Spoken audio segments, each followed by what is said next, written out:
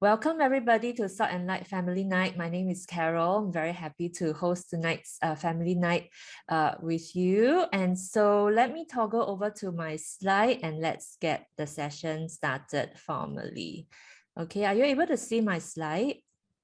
Can? Okay, all right. So tonight our conversation is on how can we as caregivers stay strong and sane while we take care of our aging or sick parents, or some of us might have a spouse who is not well and we are taking care of them, and how can we take care of ourselves. So tonight's conversation will inspire us and will encourage us.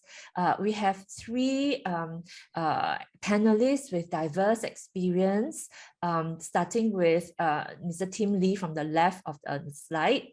He is the Chief Executive Officer of Caregiver Alliance Limited.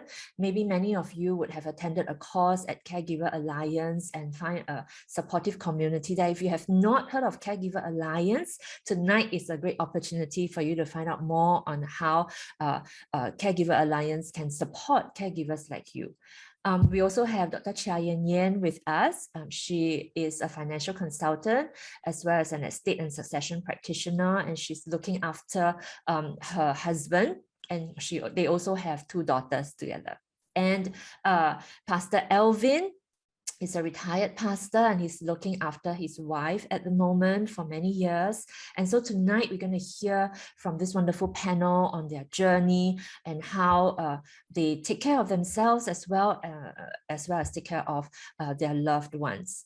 So tonight we are expecting a few hundred people, so we have turned off the chat function, as well as you will not be able to unmute, so that we can focus on the panel's conversation. What we will be using though for question and answer is this tool called Slido that we use on every family night. So if you have a separate device, you can scan the QR code that you see on the screen now.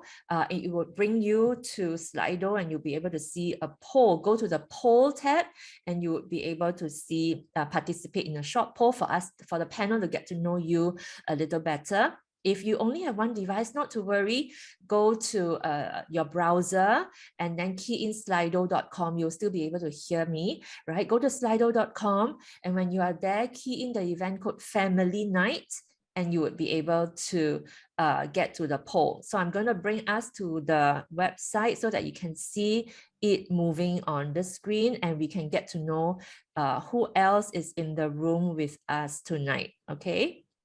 So let's see. All right, so the first question in the poll, let's find out why are we here, okay? So many of us, 50% of us are here to learn more about the topic, okay? Some of us are caring for our parents. Some of us could be caring for others, either professionally, maybe you are in a medical profession and you are taking care of other people, or you could be taking care of your neighbor or a friend. Okay, and some of you are taking care of a sick family member as well. Yeah, for those who have just joined us, welcome. What you are seeing on the screen is a short poll for us to get to know one another in the room.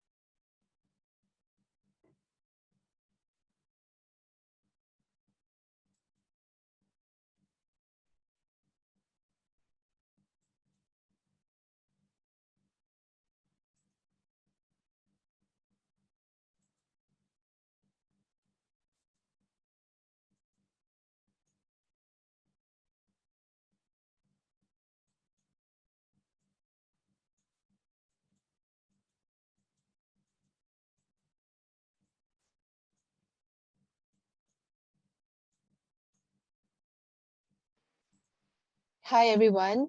Yeah, so sorry. Carol, Yeah, Carol is back. Sorry for a I'm so moment. sorry. Okay, yeah, I got bummed out. Okay, sorry. Okay, so we're back. Yeah, and when I'm back, we are almost at 100 participating in the poll.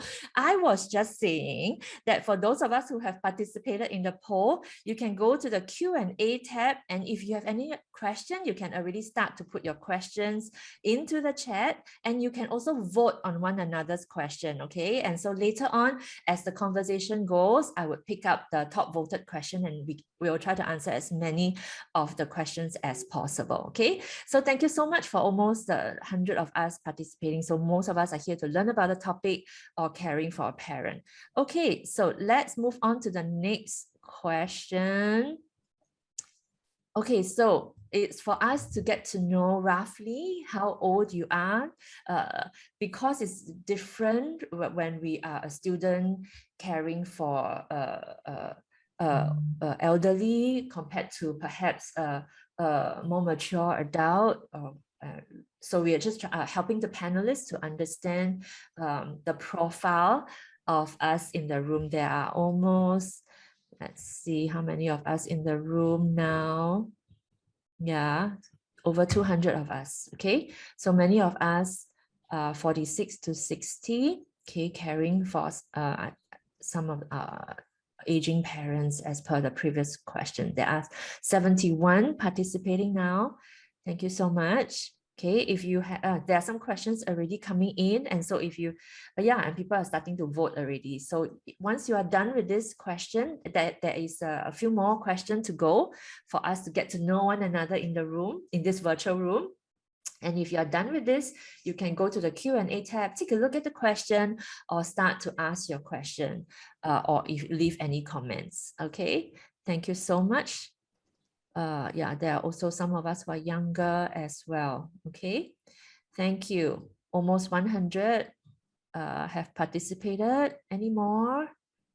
Okay, all right. So let's move on to the next question. What are your top concerns for those of you who are taking care of a loved one, right? What are your top concerns? So this is a word cloud, which means that you can key into your device any word, okay, or a pair of words. What are some of your top concerns, right? The more, oh, it's not sharing screen. Okay, I'm sorry. Sorry, I was not sharing screen. Apologies. I came back and I didn't get to share the screen. Can you see my screen now? All right. Apologies. That's a problem with being bumped out. Okay, so top concerns as a caregiver. So the biggest word are the word that is more repeated by you, right? So many of us feel like we are burning out. Many of us concerned with self-care, guilt as well. Thank you. Yep. You can write as many words as you like, okay? And then Slido will pick up the more common words. The bigger words are the ones that are more commonly felt by us in the group. Thank you so much. All right. Yeah. So the panel can take a look at some of the concerns. Perhaps the panel also have similar concerns, and they would be able to share how they manage this, and perhaps give some wisdom from their experience. Yeah, thank you so much, including financial strain as well, not doing enough. Okay, yeah, I think it is still moving, which means that you are still keying. So we would wait for a while more. Yeah, I think there are a lot of feelings that you would have as a caregiver. And tonight, let this be a safe space that we are here as fellow brothers and sisters. So let's just let this be a safe space. You know, whatever you feel, let this tool be an opportunity, okay, for you to share. And if you have questions or comments, oh, there are already many that are coming in. Thank you very much. Yeah, so I will bring that to the panel. Okay, 103 now. Okay, any more? I think it has stopped moving. So mainly it's guilt, burnout, self-care, patience with your loved ones, mental health as well, frustration. Okay, yeah, thank you so much. Okay, so there is, I believe there's one more question, okay, before we start hearing from the panel is what kind of support would you as a caregiver need?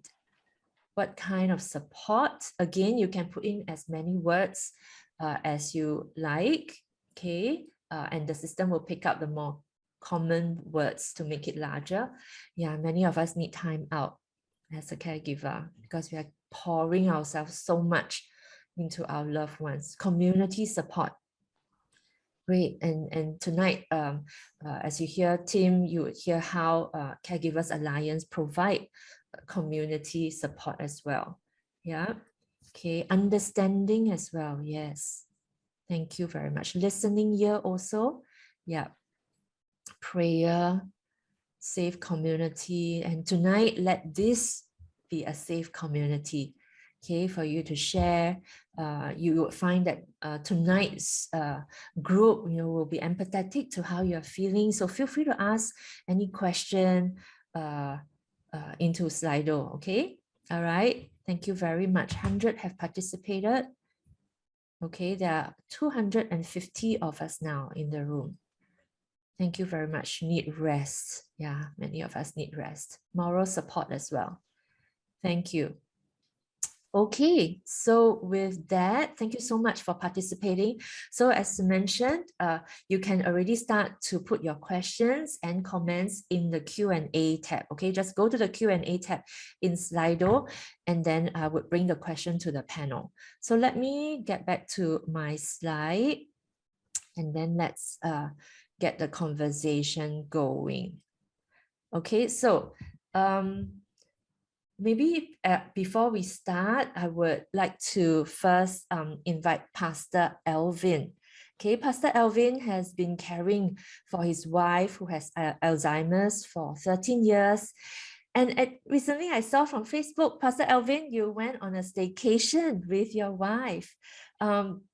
Could you share some highlights of your journey over the past decade with the group tonight, and especially on how you take care of yourself, even as you take care of your wife? Pastor Elvin? Hi, good evening, everyone. I will try to be brief. Actually, it wasn't us who detected my wife's illness in the first place 13 years ago. It was a close friend and colleague who found her making repetitive questionings to her colleagues. And of course, at home, we began to see that sometimes she forget to turn off the fire when she's cooking, or maybe even the tap and let the water run. So increasingly, her memory loss became an issue, and we did take her to see doctors. We took her to 3 separate doctors, 2 of them in private practice. They did a series of tests and diagnosed her as suffering from early dementia. And because of that, she has to quit her job much earlier than expected. Her company was very nice, as they give her very good retrenchment benefits. So at the age of 52, my wife lost a job and as a mechanical engineer in Philips, Singapore. She's been there for the last 32 years before she quit. And we discovered over the last years that initially she can follow instructions and she can do certain functions on her own. And we even tried working part-time, in some schools, in some childcare center. And soon she asked not to work and just to spend the day with me. So because I'm a pastor and my church is really gracious, I'm able to bring her to work with me. And all she does was to spend the day with me, and we even have a collapsible bed in my office. I have my own office, so she can rest there. And this was fine, as she was still mobile, And I would bring her for all my meetings, including counseling sessions, because she can't remember anyway. It doesn't really matter. She will go with me for all the visitations, either at home or hospitals, attend all the services, whether I'm preaching or not, including funerals. And we even went in the state of the dementia. We even went for 3 overseas mission trips together. Of course, we make certain arrangements to make it easy for her to travel. But, this is a illness that has no cure. So as she loses more and more of her motor skills and her mobility, and became incontinent, one day, my church granted me an opportunity to work from home for 2 days out of the week. And this lasted probably for 9 months. That is about maybe 5 years ago. And then when this is no longer tenable for me to both effectively discharge my duty and my ministries as a pastor and to care for her at the same time, I decided to retire 3 years ago and become a full-time primary caregiver. During the circuit breaker, she became totally bedridden. Maybe because we are unable to get out as we would in the past, as much as we would like to. And today we spend most of our days at home, going out for maybe a ride about once a week. I am grateful that at this juncture of the situation that I'm in, my children and my siblings are very supportive of what we are going through. What are the highlights of the journey over the past decade? Now, with the illness, many of the highlights we focus on are the stages of deterioration that finally sets in. We as a family have decided that we will want to really enjoy life with her from the onset of the illness. So for the last 10 over years, we have traveled together as a family to many places. We went to the States, we went to UK, we went to Germany, went to France, we went to South Korea, we went to Japan, Thailand, Malaysia. Even when she was in a wheelchair, we make it a point to bring her out and have a different experience rather than staying home most of the time. We have gone for numerous cruises and staycations this last few years, and just this year alone, up to today, we have gone for 1 cruise and we have gone for 8 staycation. The one that Carol mentioned about was our latest staycation. And the reason to do this is to spend extended time together as a family, and more so to move away from the mundane routines of staying at home. There are, of course, moments when she was lucid. She can acknowledge what is happening around her. She can smile. She sometimes even bursts out laughing as she remembers or recalls certain happy moments. And for those times, those are the things that makes my day. Now, let me come quickly now and share about how I take care of myself as I take care of her, which I think came out in the cloud words. I think self-care is really important for a caregiver. Because if we're not healthy, whether mentally, physically, or emotionally, then the tasks that we have to do and the days that we have to pass can become very difficult. For me, these are 6 things that I do from the onset. Once I found out that this is something that I need to deal with on a long-term basis. First is to exercise regularly. We started out by going for badminton games at the end of the week, and I even bring her along until she cannot climb the steps anymore, and it becomes not possible to bring her. Then I switch to taking walks around the neighborhood, and, having my own form of exercise. The second thing you need to do to care for yourself is to take time to read. I think reading for own growth, as well as reading to keep informed of the illnesses or the situation that you're in.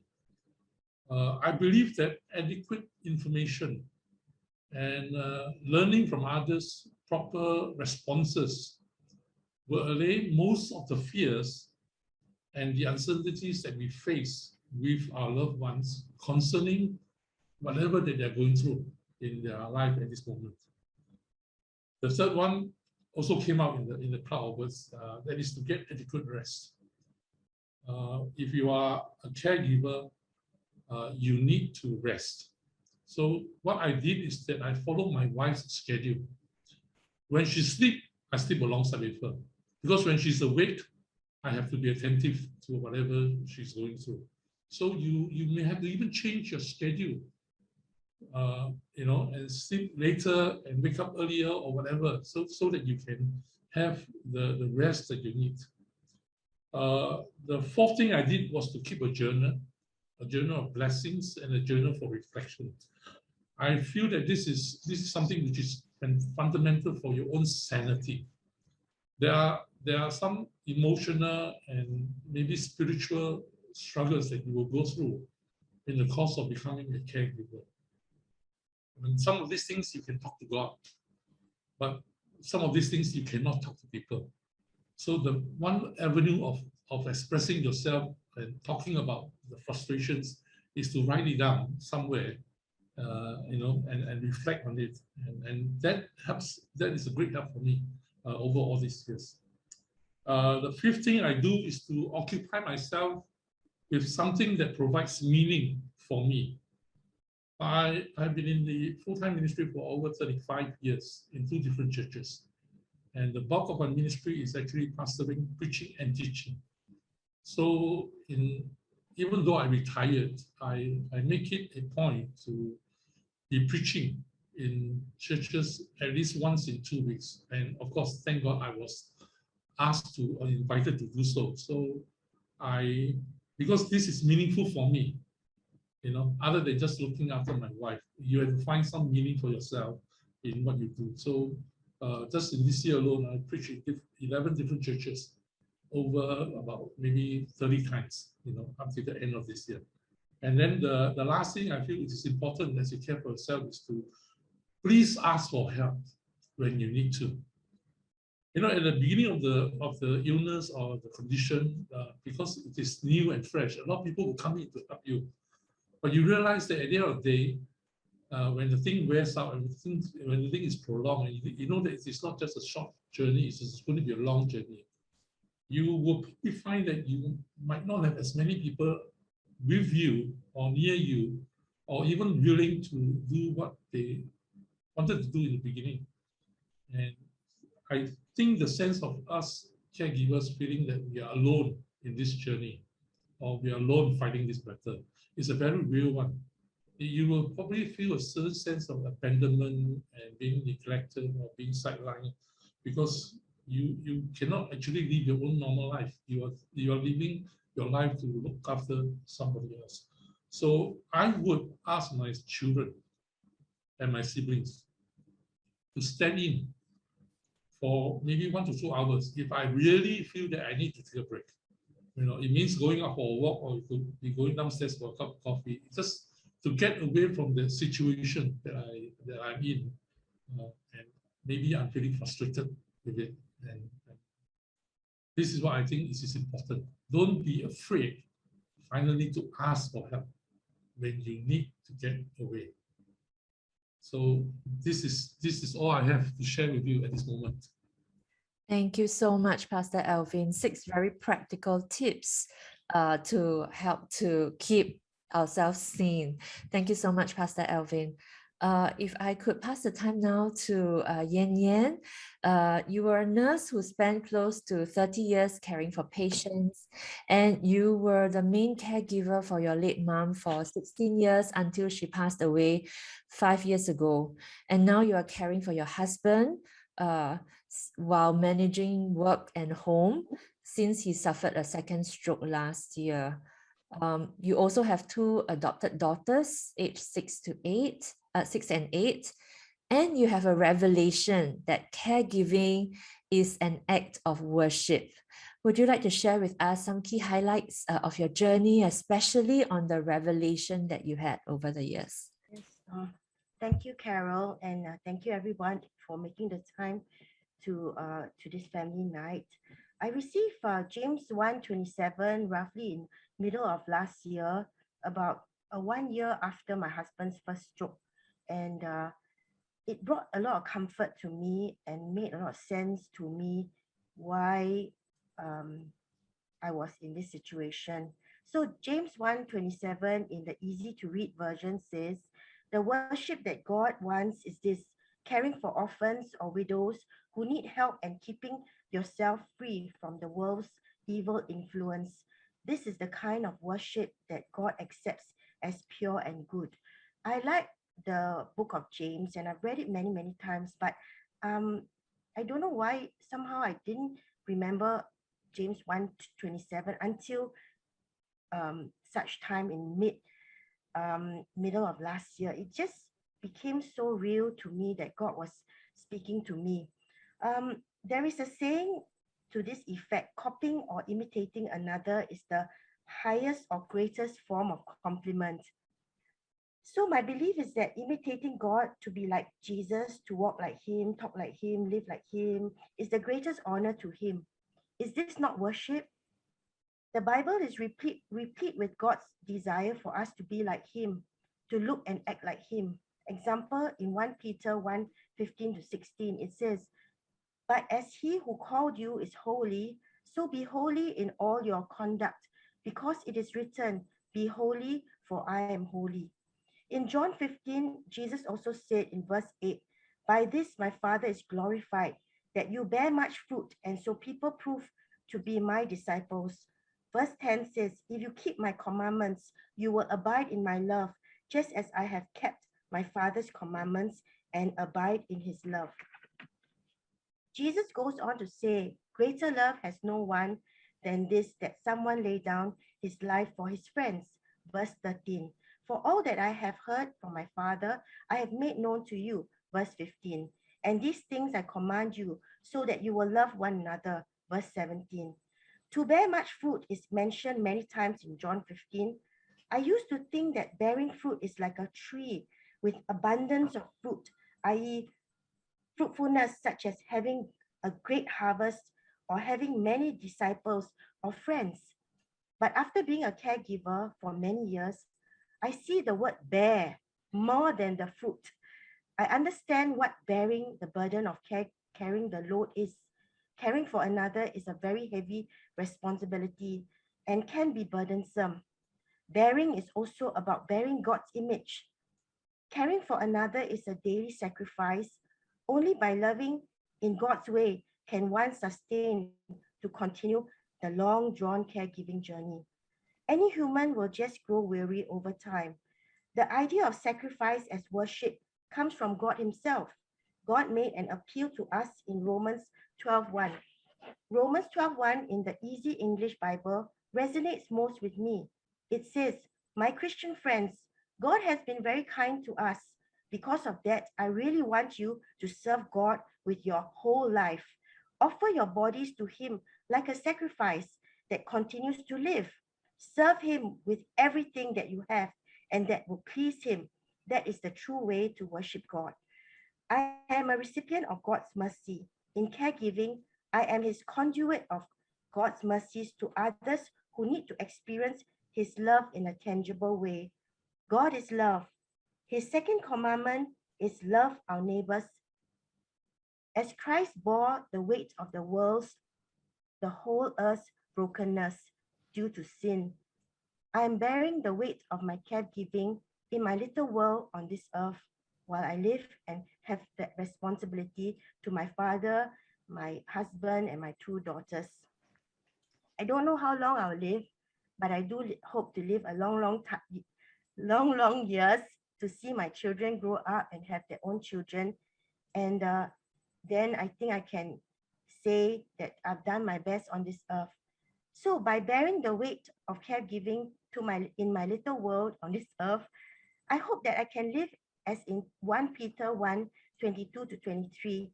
My soul purified by obedience to the truth through the Spirit until a genuine brotherly love, loving one another deeply with a pure heart. We know the pain of unreciprocated love, like having a crush on someone or loving someone, but someone doesn't love us.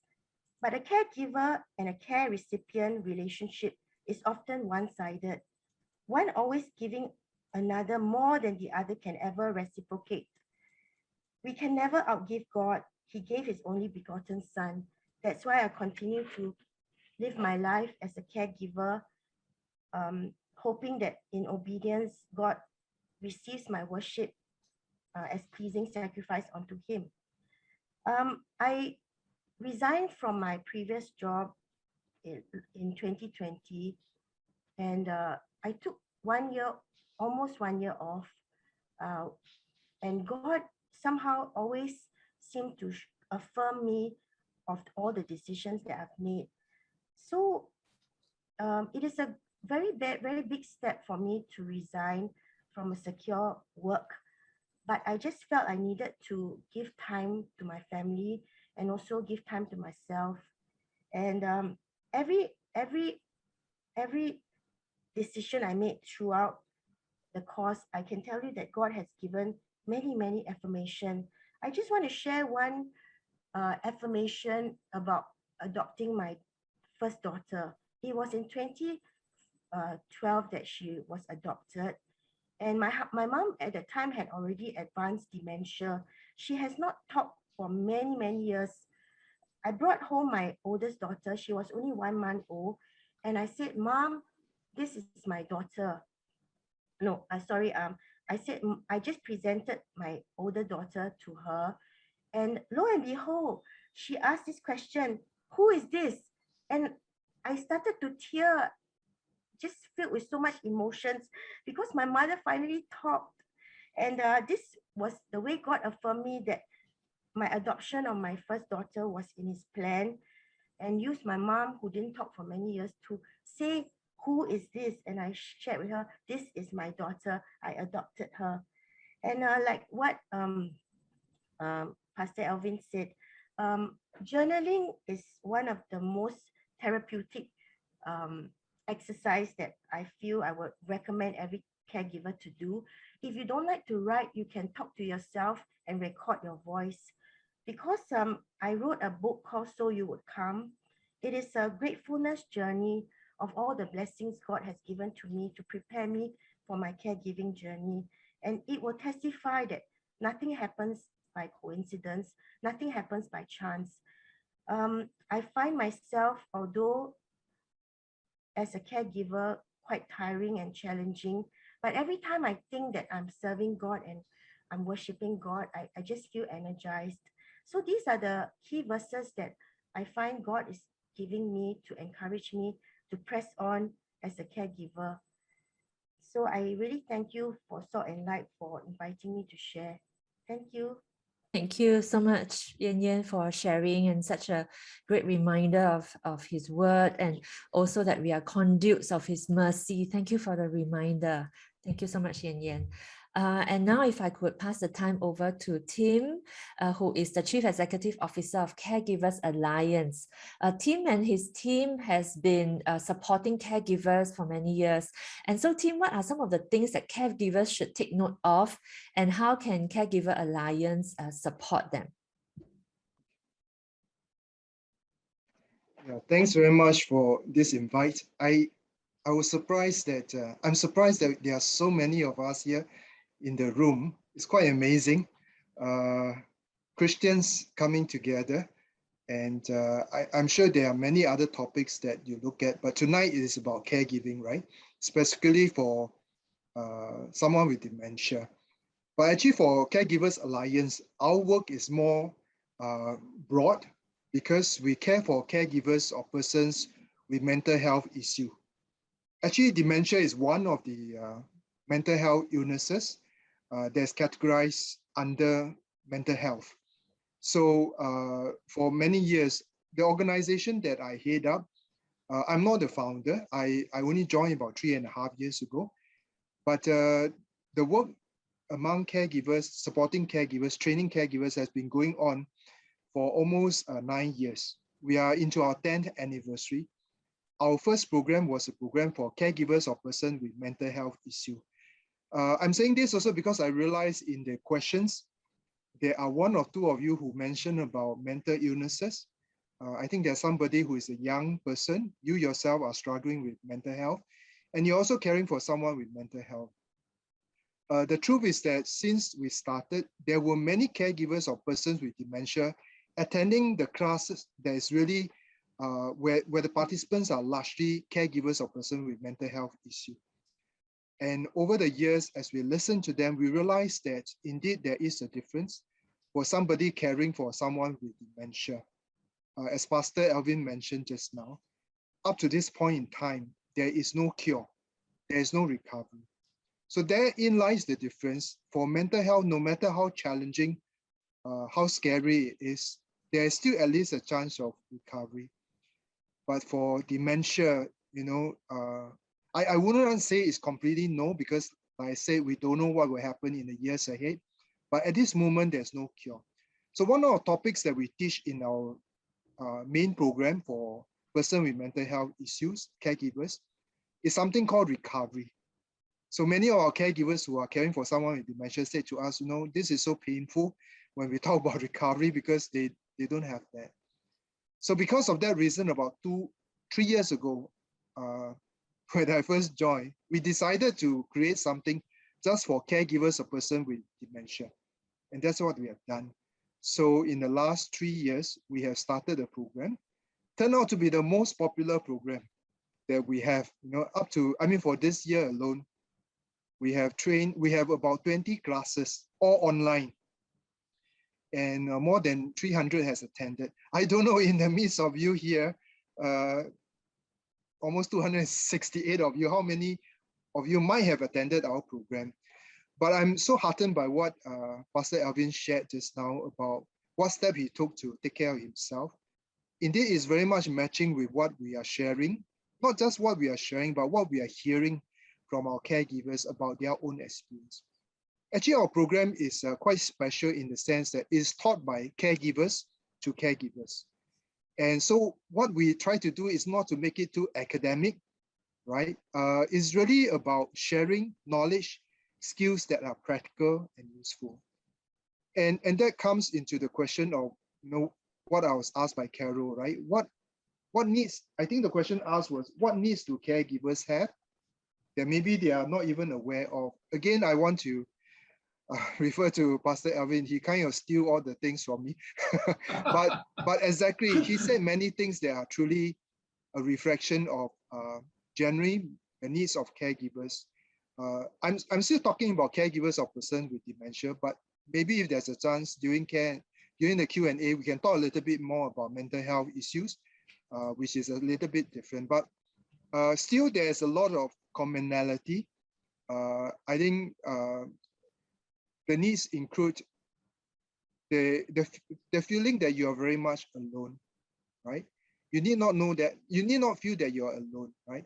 The need to really know how to be better at caregiving. The need to self-care, which is so important, because as some of you mentioned in the questions, stress, burden, burnout, these are so common among our caregivers.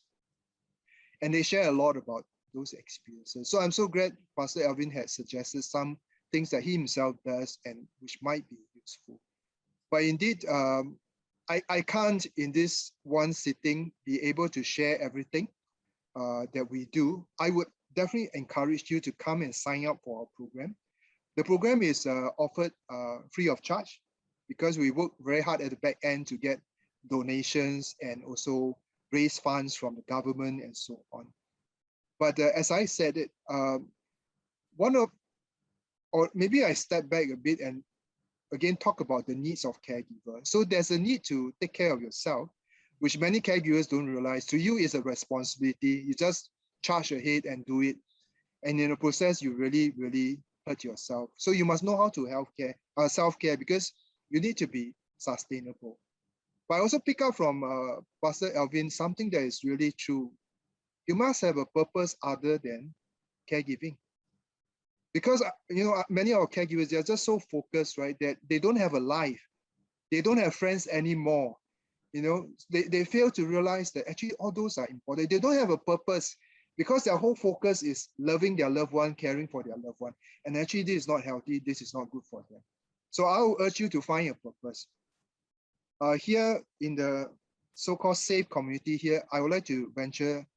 I'm going to share something a little bit more. I myself am a believer.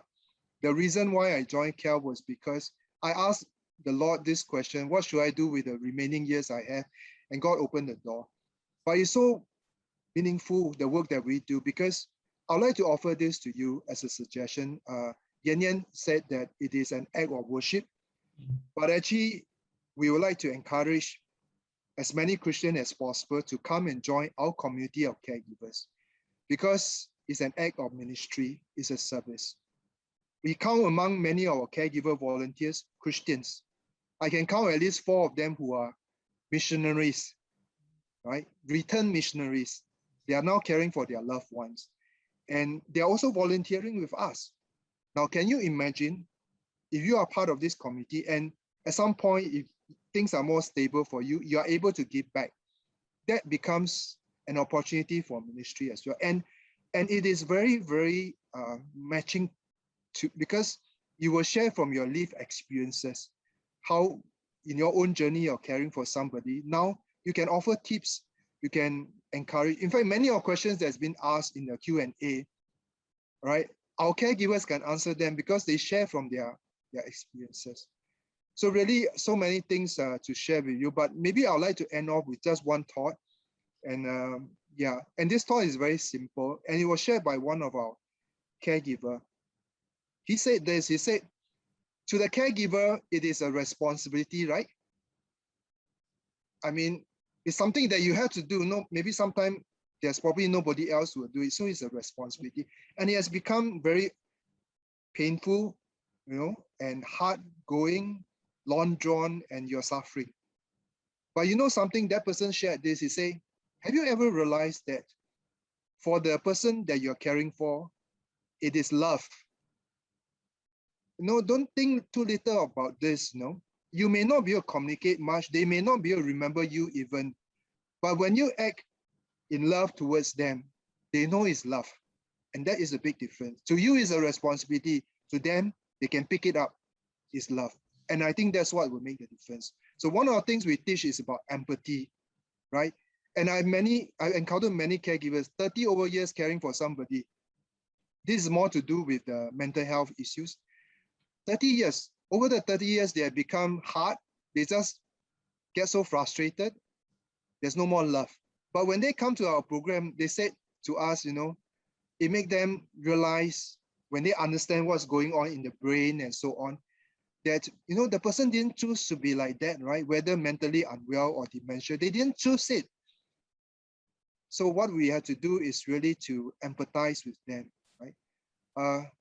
I'm so tempted. Can I just share one more thought, which is so very powerful for me, if I can. But for a brief moment, dementia set in for myself, so I can't remember what was that thought. I think you'll come back to me, but it's something really, really beautiful. Let me get my notes. Later, I'll try to share that again, but maybe keep you in suspense. And anyway, my time is up. So back to Carol, please. Thank you so much, Tim. Thank you. Yeah, so yeah, thanks for reminding us. Let me just get straight to the top voted question, which has to do with mental well-being.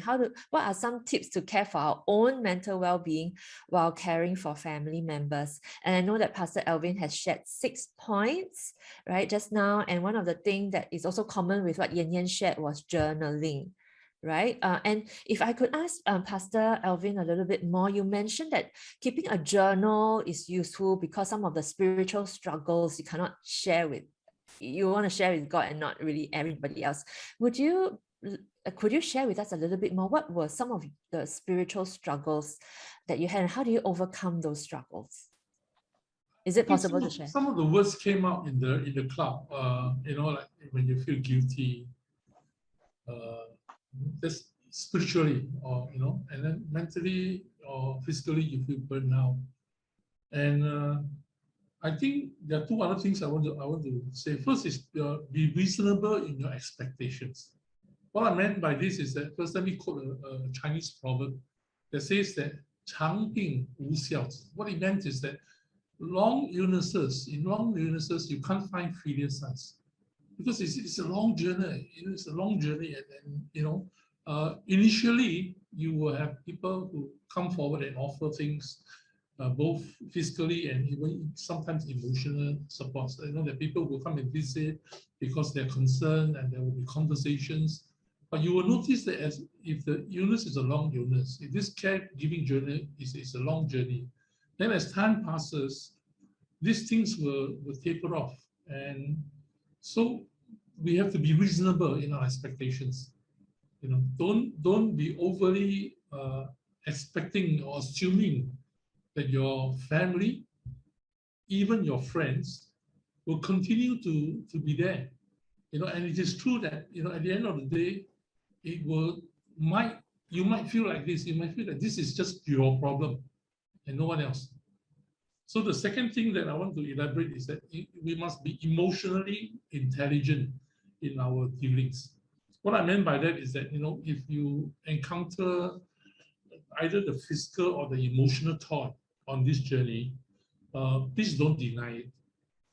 You know, you will experience, and I have, like, you know, out of the blue, certain bouts of sadness or depression or uncertainty, and sometimes the sense of abandonment when you are sort of like overwhelmed, you know, you're maybe nearing a particular phase of feeling burnout, you know, by having to do so many things and the same thing all over again every day, you know, it's the same deal.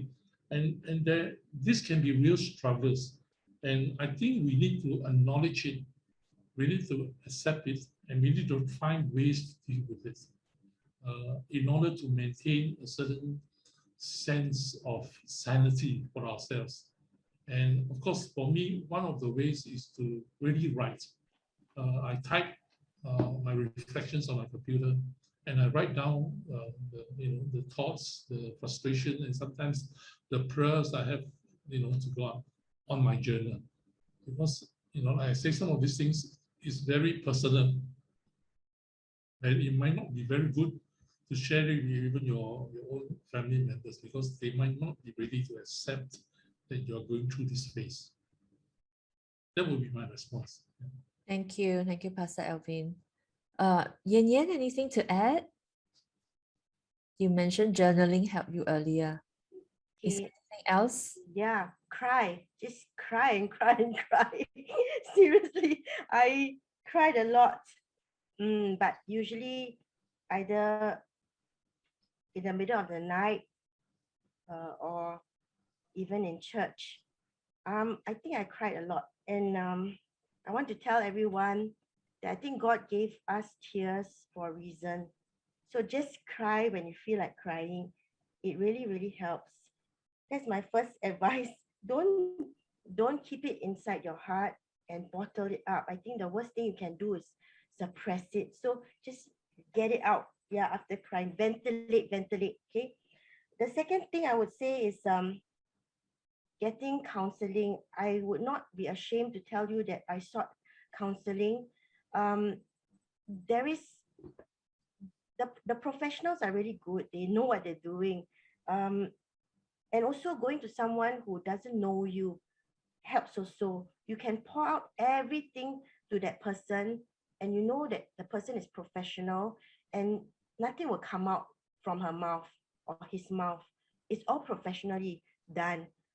There is also the risk when you tell your deepest innermost stories to your friends.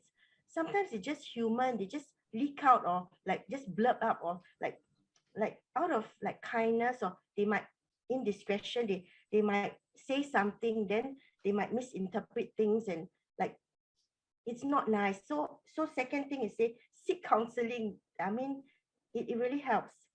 The last one that I want to say is that what I found was that I realized that since I'm the caregiver, so I make all the decisions, and all the decisions have consequences, and I live with the consequences. So even when very kind family and friends were to come to like tell me a lot of advice, and even sometimes being insistent on their way, so I will just kindly tell them, even people as close to me as my own brothers, I tell them, God, let me make the decision, because I'm going to live with the decision every day. You are not, I am. So even if I make the decision wrong, let me make the decision wrong, and let me do it my way. because I'm going to live with it every day, not you, me. So I always have a double veto voting when it comes to deciding anything for my mom and my dad or my husband. And that's how I kept things in control my way. I mean, I say it my way, it's not to be selfish, but I'm really going to live the consequences of my decision every day. And if I don't agree with your decisions, I'm going to live with it every day. So please understand me, and even if I'm wrong, let me be wrong. I'll U-turn back and go your way. But let me try my way. Thank you very much. Thank you. Thank you. Thank you. Yeah, team, anything to add relating to mental well-being?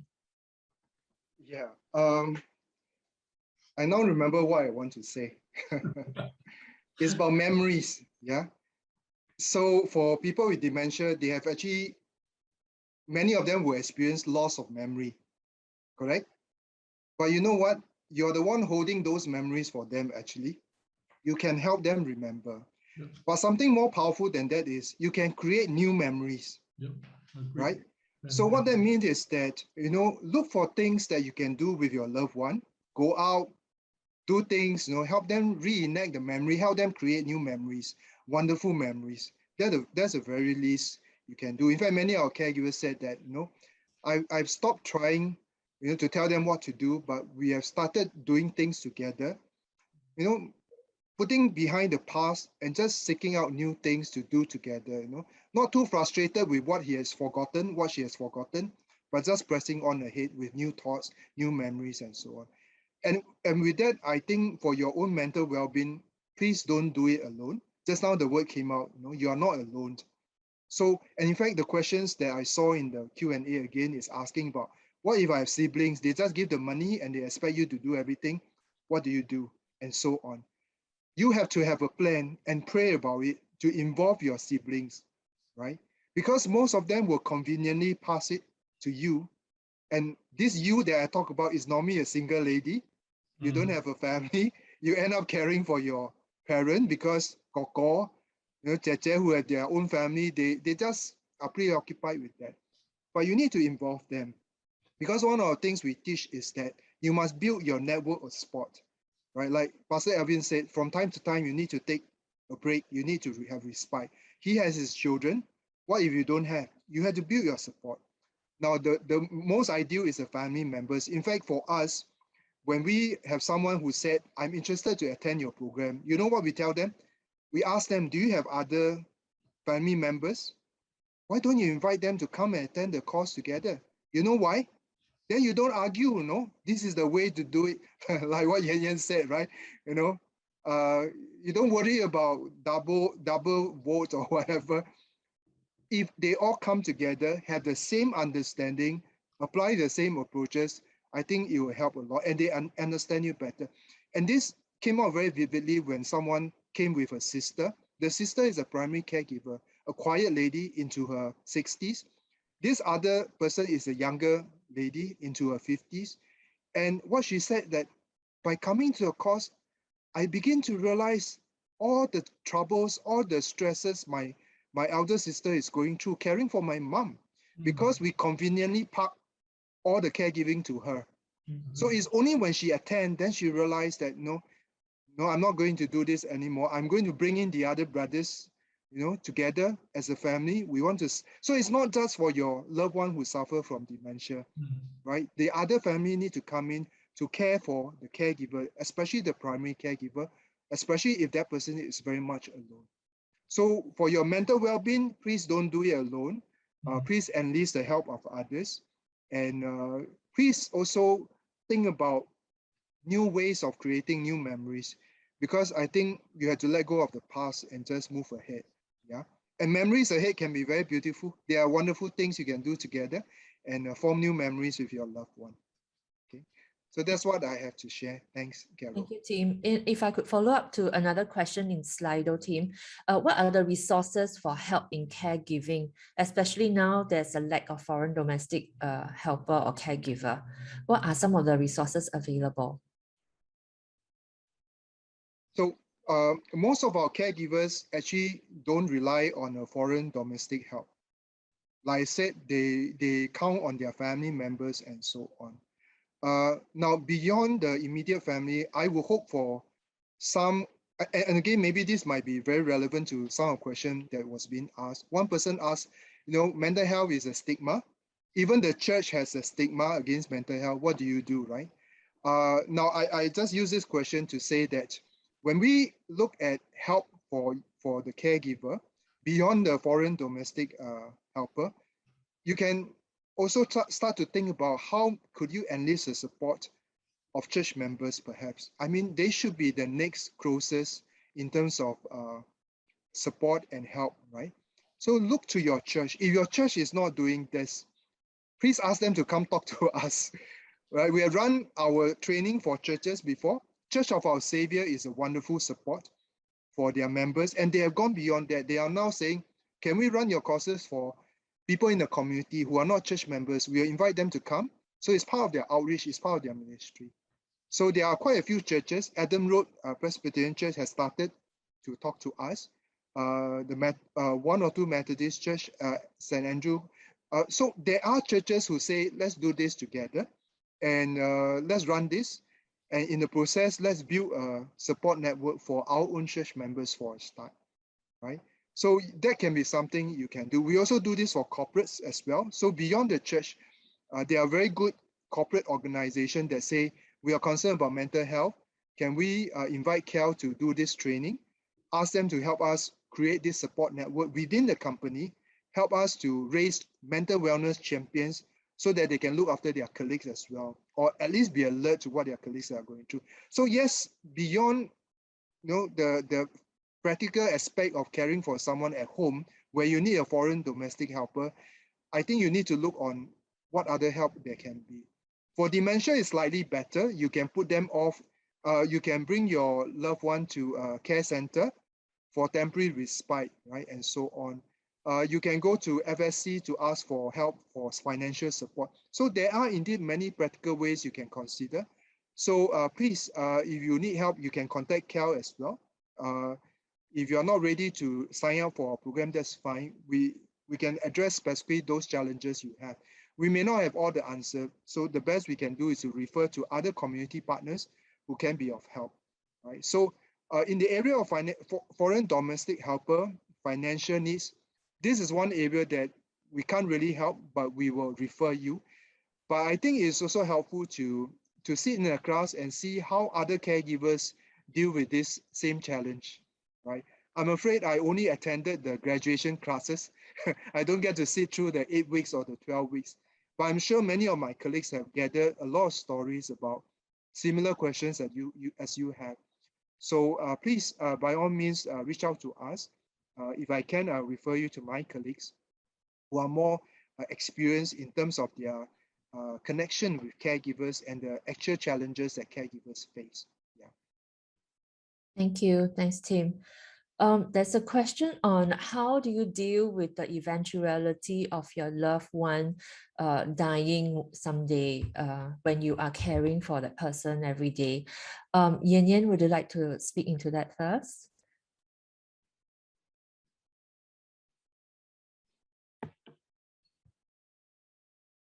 I nursed my mom for 16 years, and in 2016 she passed away. I don't think I was prepared for that, and I don't think anyone would be prepared for that. When it happens, usually it's a shock, and when I reflect back, my siblings look to me, because I'm the caregiver and also I'm the nurse. So I would say even as a nurse, I wasn't prepared when my mom passed on. Looking back, would I do anything differently to prepare myself? I don't think so, because with her, I live for her like day by day. Yeah, even now with my husband with very severe stroke, I just thankful that every day when I see him alive, I'm just thankful. Even my dad, yeah. When they pass on, you never know when it is, you see. So even being prepared for it is also not very, how much can you be prepared for it? When it happens, it happens. But death is something I think all of us have to face, even for myself. I talk to my girls about my eventual. I don't know whether it's too early because they're still early, but I think they know the concept of death because they also witnessed my mom's passing on and funeral. They were only, I think, very young, but they could still remember, so they know what is death.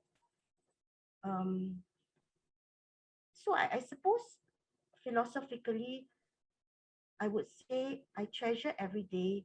You know, sometimes when someone asks me, how are you, Yen? I would just text them and say, my days could be better, but I'm just grateful for every day. So I think just be grateful that you have today. You do not know what will happen tomorrow. Yeah, you really do not know. So when you go to sleep at night, just be thankful that you have today. And if you wake up tomorrow, yay, wake up, you know. Yeah, Amen. just go on. I don't know whether I answered this question, but Amen. yeah, that's my philosophy. Every day matter, and just live the day well, and don't have any like big major regrets, like or maybe I would say like do all the necessary things that you have to close affairs, or like all the legal things and all the like do all the necessary within your control to do.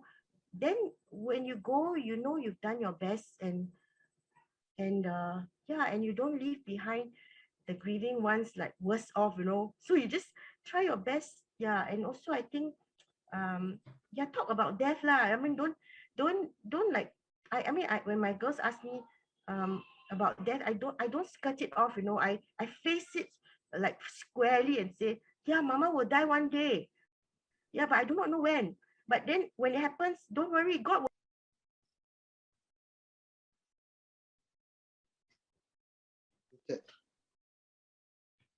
Sorry, I think I was muted. I just want to No, we repeat again. lost you for a while. Yeah, I talk to my girls very honestly about death, and I think it's helpful. And I tell them, don't be afraid of death. Everyone will die. Mama will also die one day. But I just hope that I won't die so soon. I would hope to see them grow up and have their children. But I think we need to talk about death like openly, and don't like skirt it off and think of it as taboo. I mean, the more we talk about it, the more we express ourselves, and the more our loved ones know what is in our minds, what we want.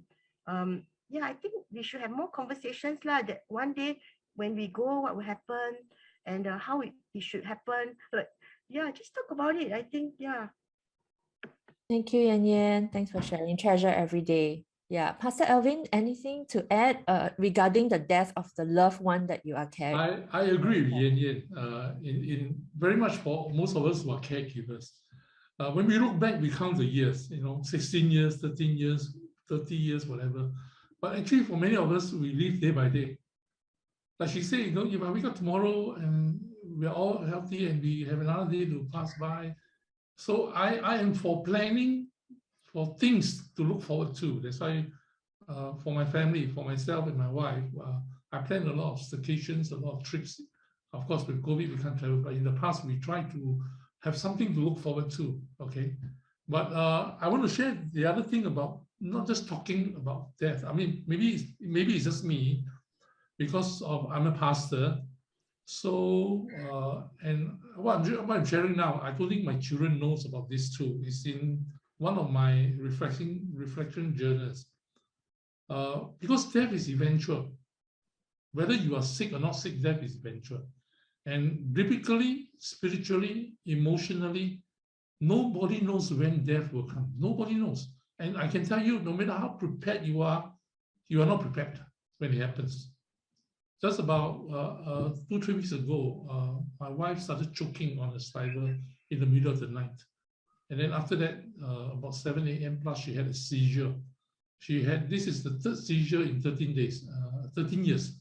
A very serious seizure because her eyes flipped and she was shaking, quite violently for less than 3 minutes. Of course, I was awakened, amazingly. I woke up most of the time when she moves, I wake up to help her. And then after that, she calmed down. Then observed her for 2 hours, she was fine. So I texted my children at about 7:20. All of them were still sleeping, to tell them what happened to the mom.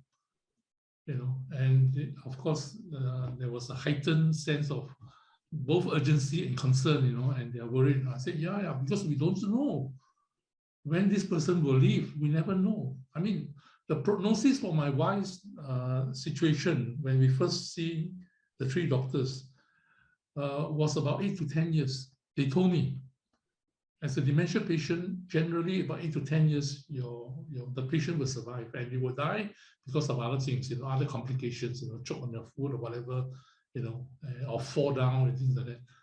But my wife has survived 13 years. So we leave it at a time. And I want to share with you something which is a bit morbid, and only particularly because I'm a pastor. My children doesn't know this. I think two or three of them are online now watching this video, and my siblings are watching the video. So I have planned a funeral service because I'm a pastor. I've chosen the songs. I have written down the people that I want to conduct the service. So I have mentally, in my own mind, deal with what is eventual. It's a way of maybe preparing for myself.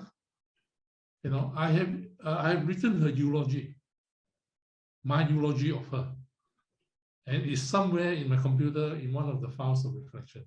Now, my children have not seen this. They don't even know about this, because if they do, they will flip. But it's an eventuality. So maybe we need to help ourselves to prepare somewhat, but I can tell you we cannot be totally prepared. And I would rather say we spend our energies loving the person, spending the days and the moments as we can get it, so that we don't have to live with regrets or guilt. Because often and most of the time at funerals, people are saying, I wish I have the lunch now, I wish I came to see her, I wish I had this. There are a lot of things that we wish we have done before the person passed away. So to me, it's that, please don't wish, do them now, because you don't know when the guy is going to go. So that is, I think, one way for us to deal with what is eventual. Yeah, that would be my answer. Thank you, Pastor Elvin. Thank you. Yeah, balance the reality and yeah. Thank you. And there's a question concerning. Carol, can I share something? Yes, please go ahead. We use the word eventuality, but actually the more frightening word is sudden. You don't expect it, it suddenly happened. I mean, it's good to know that you come and then you prepare for it. But what if it happens suddenly? And here I want to relate something that I have a personal experience with, and it relates to dementia. We may not know it, but people with dementia, they suffer from mental health issues along the way, right? Quite a few. Geriatric depression is one of them. Anxiety disorder is one of them. Psychosis is one of them. But I think the one that I'm personally affected by is hallucination and delusion. I share this, let me share. My mother-in-law actually suffered from dementia, but we never know about it because we are not aware. She seems normal, right? But she was having dementia, and it happened very, very fast. And before we knew it, hallucination, delusion came in. And death was sudden. She jumped to her death. Delusion, right? So it will happen. For some of us, it happens suddenly. And that's, the question was asked, how do you deal with it, right? I think that's where, how you manage grief. And also as a Christian, I think we have an advantage right? Because we have eternity in our hearts, right? And hopefully our loved one is also a believer. So we will grieve, and in the grieving, my wife still cry about it. It's so many years ago, but in the grieving, we remember the memories we had with her, right? Of her. And I think that kind of heal, right? Talking about her, what she did, how she made things, whatever, it kind of heal because yeah, I think it's inevitable. We will definitely have to deal with it. So we have a program on grief. Unfortunately, the program is actually tailored for people who have suffered a case of successful suicide. How do you help a caregiver whose loved one has committed suicide overcome the grief? So we have recently created one program on that one. So yes, grieving is something that we have to go through, and it helps if somebody can walk along with us and show us how, right? How to heal and so on.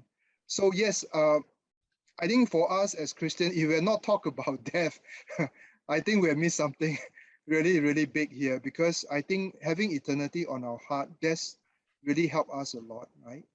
We ourselves had to deal with that question for ourselves too.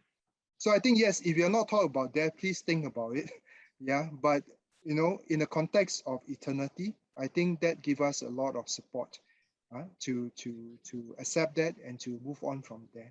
Right. But like I said just now, at the end of the day, what do you have?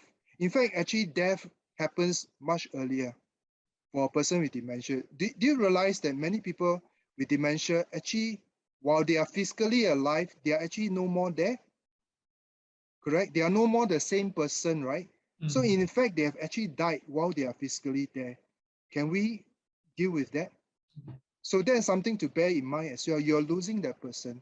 So how do you change the way you talk to them, you care for them, you empathize with them? Like there's one question, what if they are violent? Why are they violent? Right? There are reasons for that. Have you found out why? Have you tried a different way of approaching it? Maybe they are frustrated, they don't understand themselves. Find out, go try different ways, go ask other people who have done it before.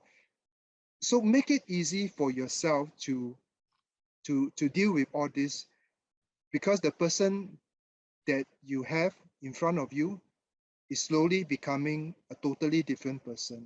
The person you are used to is no more there. So effectively, that person is dying day by day. So yes, spend the best time you have with whatever remaining days, building good memories, and trying to make it comfortable, helpful for that person, whatever challenges they are faced with, because you don't have them for long, right? Not just physically, but the the personhood is gone, right? So we have to pour in. You don't wait, lah. I mean, don't wait for them. Don't wait for the person to be gone. Work hard at what you need to do now to have the best experience of that person while he or she can still remember. Yep. And I can tell you this, many of our caregivers shared after they attended our class, very wonderful, lovely stories, brief moment of recollection, brief moment of long time memories that their loved one had, and they share it with the caregiver, and you cherish that because those are beautiful moments, right? Yep. So it can be beautiful, and you need to seek that out. Yeah. Thank you. The next question has got to do with some form of assessment. At which point do we decide to send our loved one to a nursing home? At which point do you acknowledge that I think I really cannot, for the sake of my loved one and for me? And for those who choose to send because maybe they have to work and there's no helper, they might feel guilty. So what does the panel think in terms of, how do you find that balance? Yen-Yen, would you like to go first? What were some of the considerations? I would say that right from the start, I always wanted to nurse my loved ones at home. But then there was a time I had to put my mom in a nursing home for about 9 months because I had to be in Sydney to complete my PhD. So I asked her whether it's okay for me to put her in a nursing home. At that time, my dad was still mobile, so he could, look after himself. And my husband was okay to be still with my dad in the same house. My dad and my mom lived with us. So while I was doing my PhD, my husband oversaw my dad. I felt it was not fair for my husband to take care of my mom and my dad both at the same time. So I decided that the best way is to put her in a nursing home for 9 months.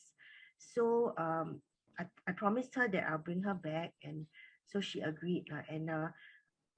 That 9 months, what I did was that my brother would go and visit her, and then I would talk to my mom on the phone.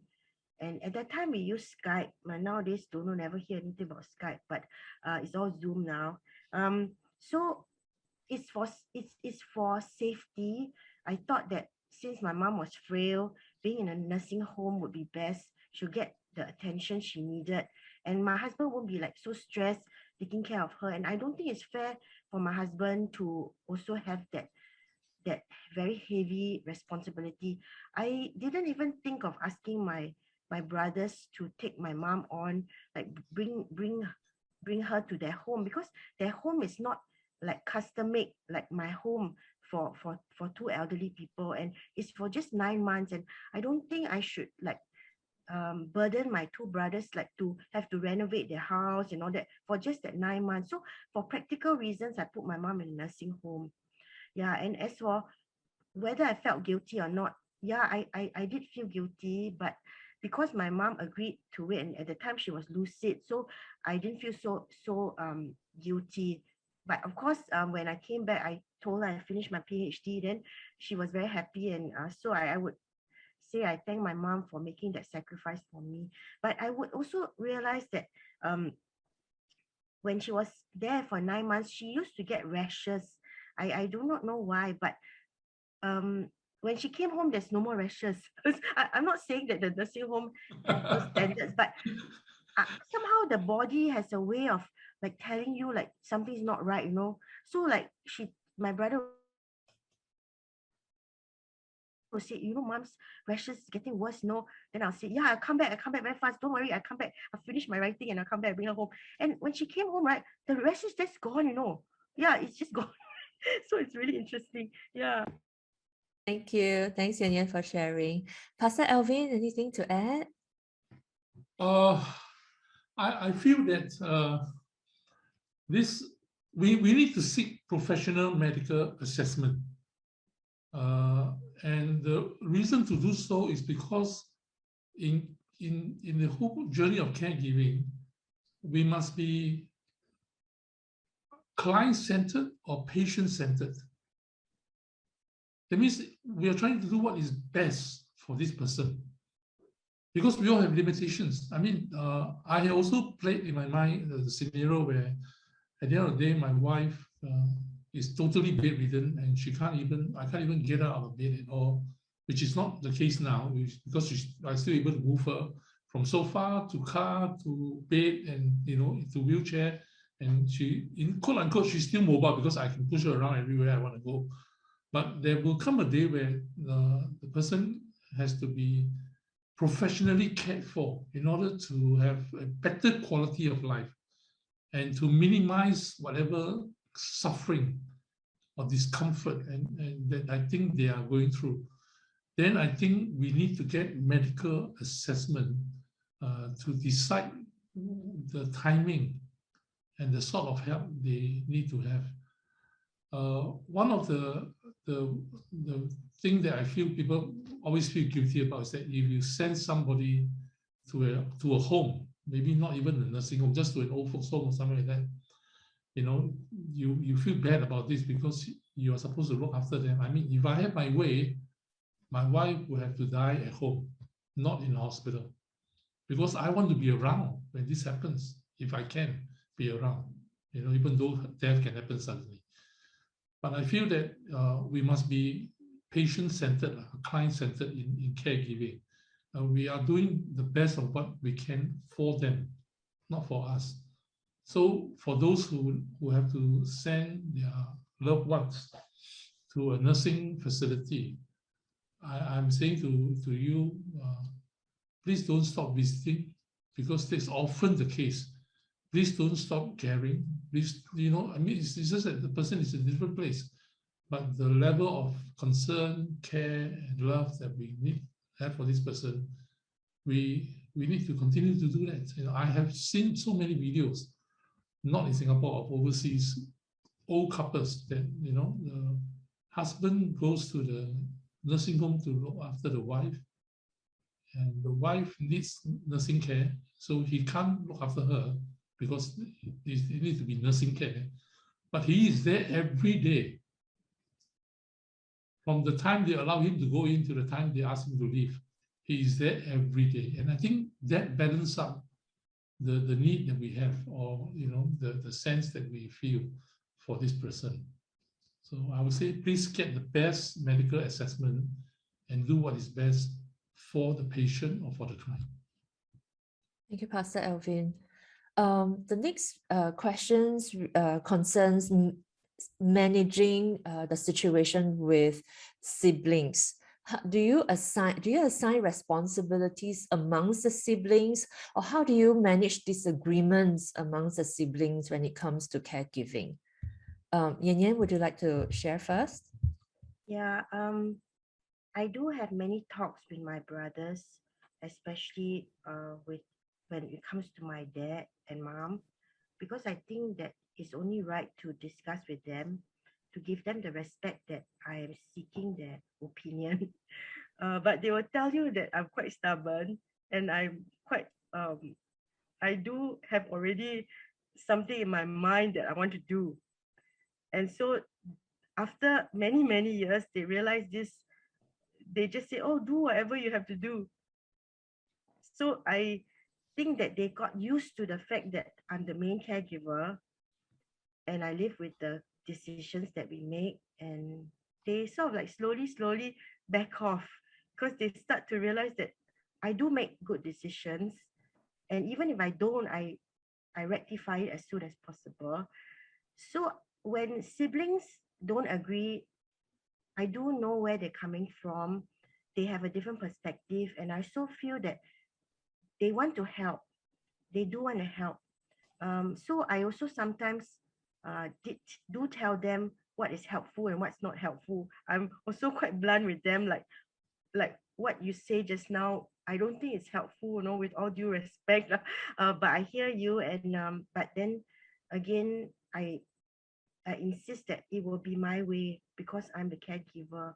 I don't think I'm trying to be like dogmatic or disrespectful to them, but the main caregiver, the one that lives with the person, I think would have to have greater weight of what the strategy or the approach would be.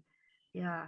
And there will always be arguments, and there will always be differences, but finally at the end of the day, the patient is the most important, and I think all has the very well intention for the best of the patient, or our loved one. And so sometimes you just have to agree to disagree, and have to put your foot down and be assertive. Yeah. Thanks, Yen-Yen. Pastor Elvin? I agree with Yen on this. I feel that communication is very important. If you're caring for a parent, or maybe even a child, the communication among the stakeholders, okay, this could be just immediate family members, because sometimes it also involves finances. Let's say if you have to send somebody to a facility for a period of time, it will incur finances. So I think it's important to first have a have a meeting, have a discussion, have an agreement, and it need not be equal share. You just need to have an agreement so that there's no misunderstanding, and we are all doing whatever we can to help this person. So that's the first thing you need to have. Because I'm only looking after my wife, So unlike Yen, I have to say, in fact, I told my children, she's my wife, so she is my first priority. She is my problem. She's not your problem. You know, I told my children they don't need to feel obligated, you know, even in helping me look after my wife fiscally, not to talk about even financially and other areas, because I've taken this as my response to her as a husband. So, but I do keep the communication clear with them as to, I share about the case where anything happened to her, any changes to her appointments, the duration, the medication.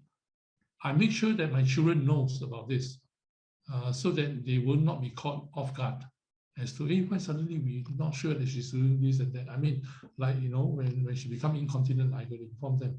When we need to change her and clean her on our own, I need to inform all my children that we have. So I inform them as the stages comes in, you know, or the stages of deterioration comes in, so that they won't be caught off guard as to, oh, this is what's happening to Mom, you know.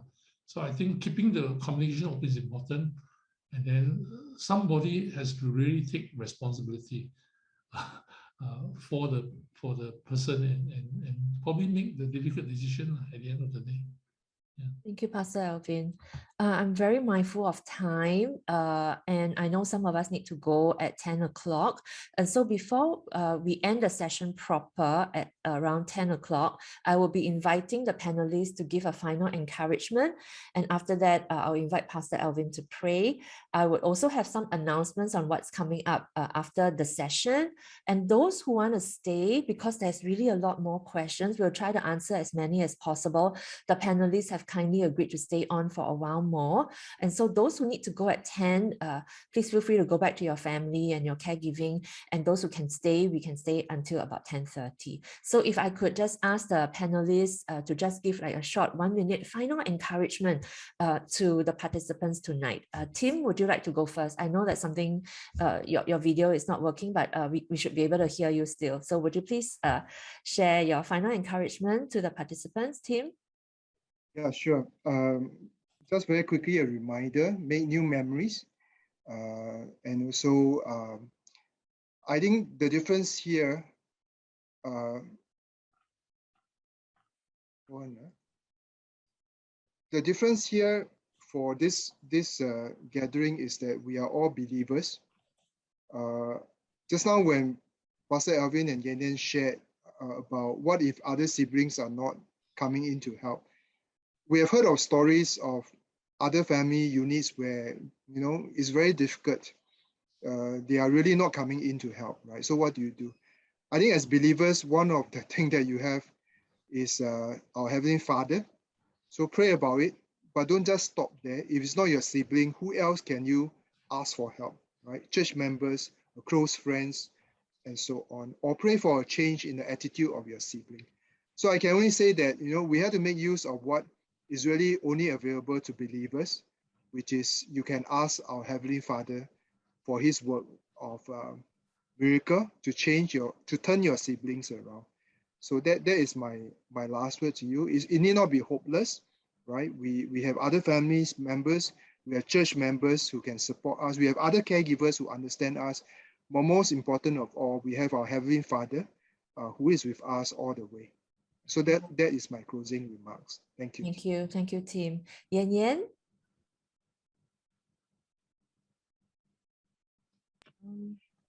To add what Tim has said, yeah, God is the hero.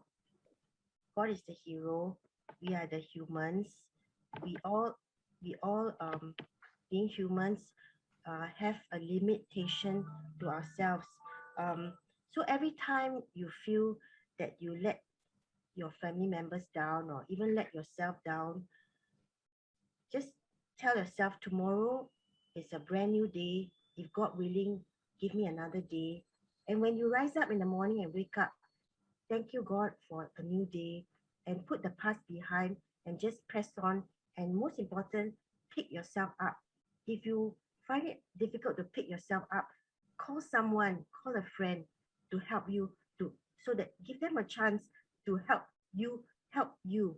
It also does wonders for your friends who actually do want to help. It's just that sometimes they don't know how to help, don't know whether to ask whether I can help you or what. So once you sense you need someone to be lifting you up, just call.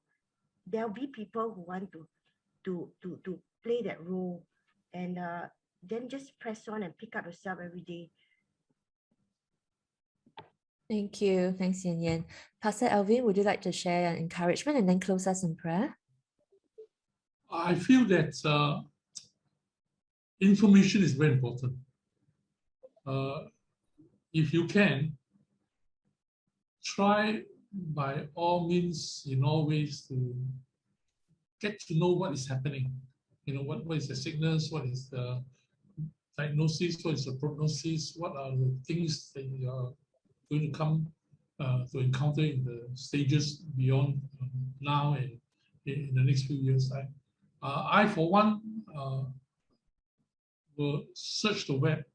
I mean, every time people tell me, hey, there's a new study, there's a new medication, there's a new therapy, I've learned, I've gone on the web and searched for all this so that I want to be, quote unquote, well prepared and not be not to be ignorant as to what are the available resources I have to help my wife and the condition. So that's the first thing. I think try to be as informed as you can, whether locally or online, so that you have enough resources to help yourself.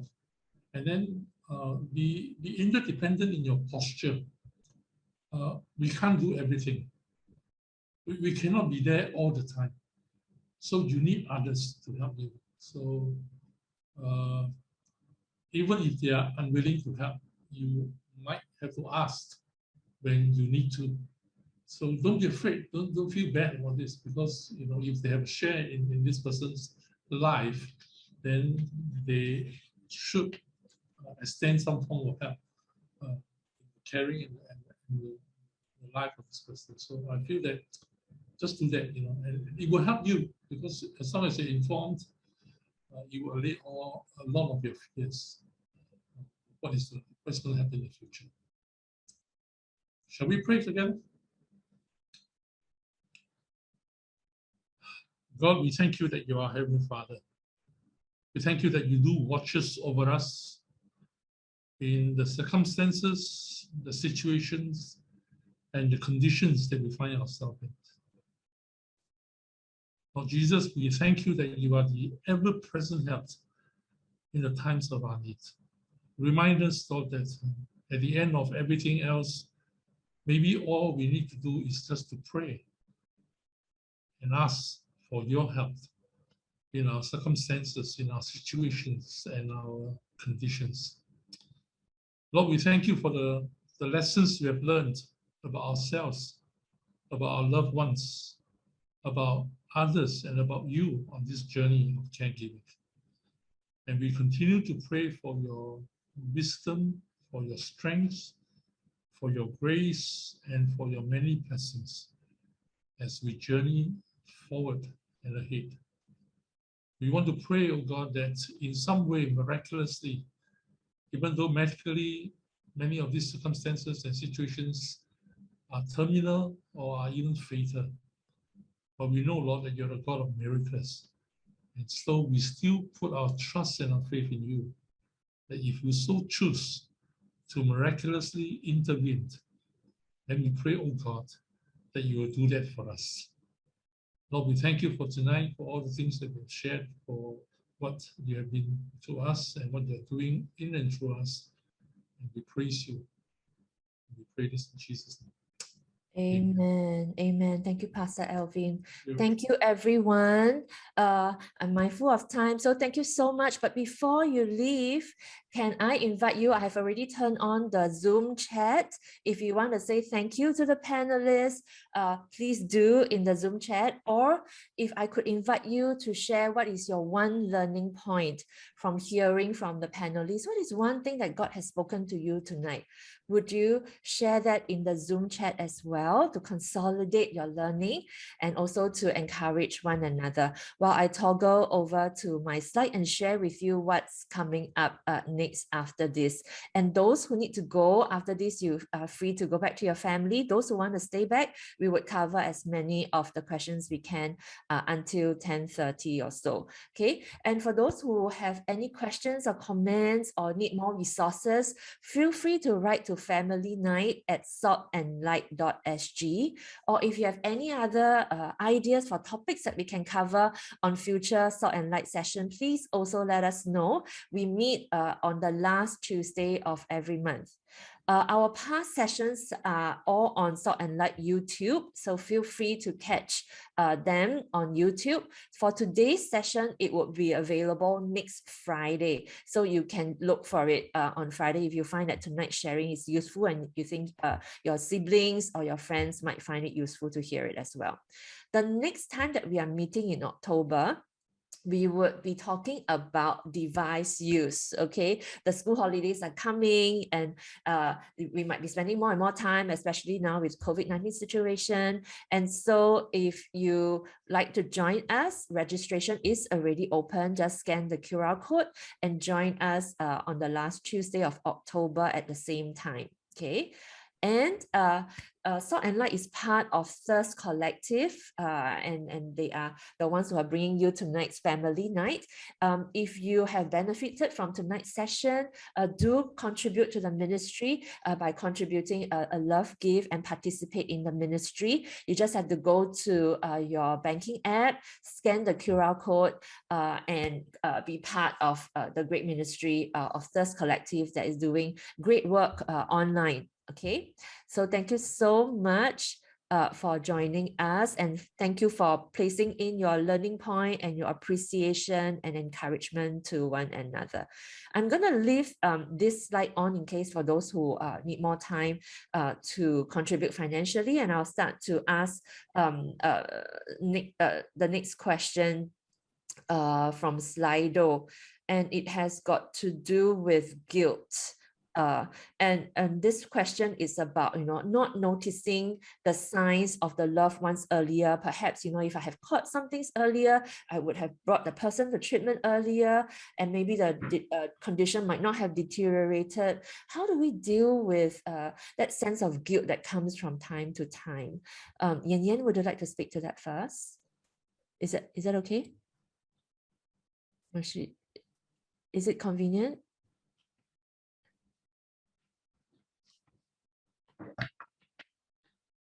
You're muted. Yeah. Sorry, Sorry, the question was about guilt. Can I just give me a second, please? Sure, no problem. Yeah. Pastor Elvin, would you have? Yeah, sure. Yeah. Sure. I think we always wish that we would have noticed earlier. We would have responded faster. We always wish this on hindsight, when we look back and say, I could have done this. But I feel that there is only so much room for regret. What is more important is what you're doing now. And in order to balance out that, you do the best that you can right now, whatever that is needed to be done. Because we can't turn back the clock. I wish I have noticed earlier that my wife is going through that, even before the colleague told me. But we noticed, but we thought that it's just part of, forgetfulness. When you forgot to switch off the fire and you forgot to switch off the tap. Because it happens to those of us in the normal progress of aging. Just that it came earlier, so maybe we're not as attentive, as a whole to the people in our lives, and maybe we need to develop more attentiveness towards this. But I think it's important to, like what Paul says, you can look back as often as you want, but you should spend more of the time looking forward. Yeah, and to minimize the regret, do what you can now to the best of your abilities. Thank you. Yen-Yen? I was a bit distracted just now. I'm so sorry. I live with a very, very long guilt. thinking that I may have caused my mom's death because we had to do mouth cleaning for my mom. She was not able to, she wasn't able to swallow properly. So she was at risk of choking on anything that is in her mouth. So one day I was cleaning her mouth and I noticed a crusted thing there that I thought I best take it out, otherwise she'll be uncomfortable.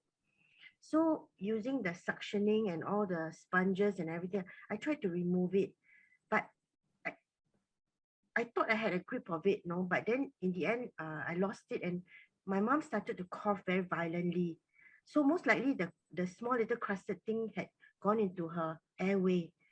And so she choked and she cough and cough and cough. And then I till today, I mean, the crust it must have gone into her airway. After that, a few days later, I mean, after she calmed down, she caught her breath again. She developed a fever about 3 days later, a very, very high fever. And so, and then I realized that it could be aspiration pneumonia where the aspiration have caused an infection in her lung. And true enough, I mean, she was admitted to hospital and she developed a very severe pneumonia. And so she was on IV antibiotics for 2 weeks. After that, right, she came home. But within a week, she was back in hospital again with the same thing. So that means the antibiotics did not really work. It sort of like continued to make the pneumonia worse, and then she passed on. And I literally witnessed her breathing from very rapid breathing to the kind of very abnormal breathing until her last breath. So I was the one that saw her last breath, not my brother or anyone. It's just me. So after that, it kept recurring to my mind. Was I the one that had caused my mom's death because of that pneumonia? I bore that guilt for a long, long time. I didn't even tell my husband, but I told God about it. Sometimes it seems okay after that, but then I realized that, well, I know God has forgiven me, but I haven't forgiven myself. I think we're the last people to forgive ourselves. So when I realized this, right, I realized that I needed to forgive myself. And I didn't go to any pastor or any people in my faith. I went to a professional counselor who didn't tell me what her faith was. And I told her, and I verbalized everything that was in my heart. And I even said, I think I may have caused my mom's death. If I didn't meddle with that crust in her mouth, maybe she'd still be here.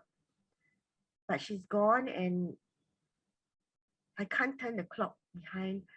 And I mean, I wept a lot. I cried a lot. And I think I finally said to myself that, Yen, you're just human. And you, at that time, you made a judgment to remove the crust, thinking that it would be more comfortable for her. But she inhaled it and well, these are the things that happen. So just move on and don't bear this burden anymore. Let go. And anyway, you'll see mom in heaven. Okay. Yeah. And I mean, yeah, even as I talk about it, it does bring back the intense emotions that I have. But the good thing is that I received forgiveness from God, and so I know God forgive me, and I think my mom forgive me. I think the most important, I think my mom forgive me, and yeah, so I should forgive myself.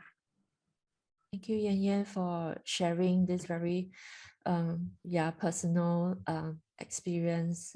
Thank you so much, Yen-Yen. Tim, if I could direct the next question to you, which is on whether there are resources for young caregivers. There was also a question on, are there support group for caregivers? Could you share a little bit more about support for young caregivers as well as caregivers at large? Well, this is a perfect question for Caregivers Alliance. We do have a special C2C, Caregivers to Caregivers program for young caregivers, exactly recognizing that we need something that is customized for young caregivers. But I would say this as well, our two programs, the other two programs, the 12 weeks program and the 8 weeks program, we are increasingly seeing a lot of young caregivers attending as well. And I think it's actually good for them to understand what caregivers, who are from the older generation are going through. So I think while you can sign up for the Young Caregivers program, there is also advantage to be part of, a normal community of young and old. In fact, we have some people as young as secondary school joining us, and from the sharing, it seems that it does help them as well. So yes, we do have a targeted program just for young caregivers. What was your second question, Carol? Sorry for that. Support groups. Yeah. So exactly, actually, people don't realize it. When we organize such a long training, 12 weeks or 8 weeks, there's a reason behind it. Because when they come together in a class for 12 weeks or 8 weeks for that matter, when they learn that they can share openly in a free space, I think what they get out of it is that they know they are not alone, and they know that within the class or in the class, that is the support group that they have. And that's what we encourage. But we know that it doesn't happen all the time. Many of our classes doesn't stay together. So CAL as an organization, we try to be the support group for everybody who is a caregiver who have gone through our program. So we are trying to organize support activities, respite care, and so on for them. But we also have a special program called Caregivers for Caregivers. It's a 12 months program. So the idea is that for caregivers who are really very much alone, maybe their support group is no more there, they can opt to attend this program for 12 months.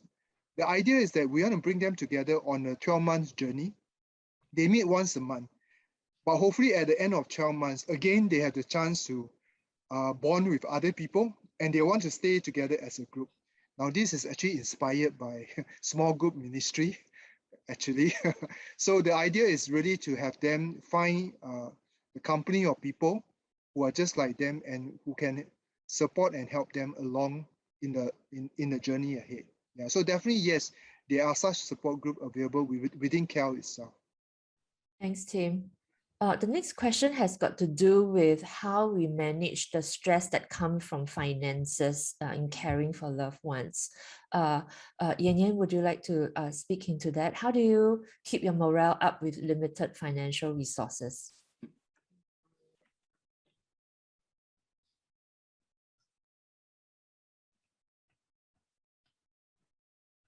The COVID helps actually. You know why? Because we cannot travel.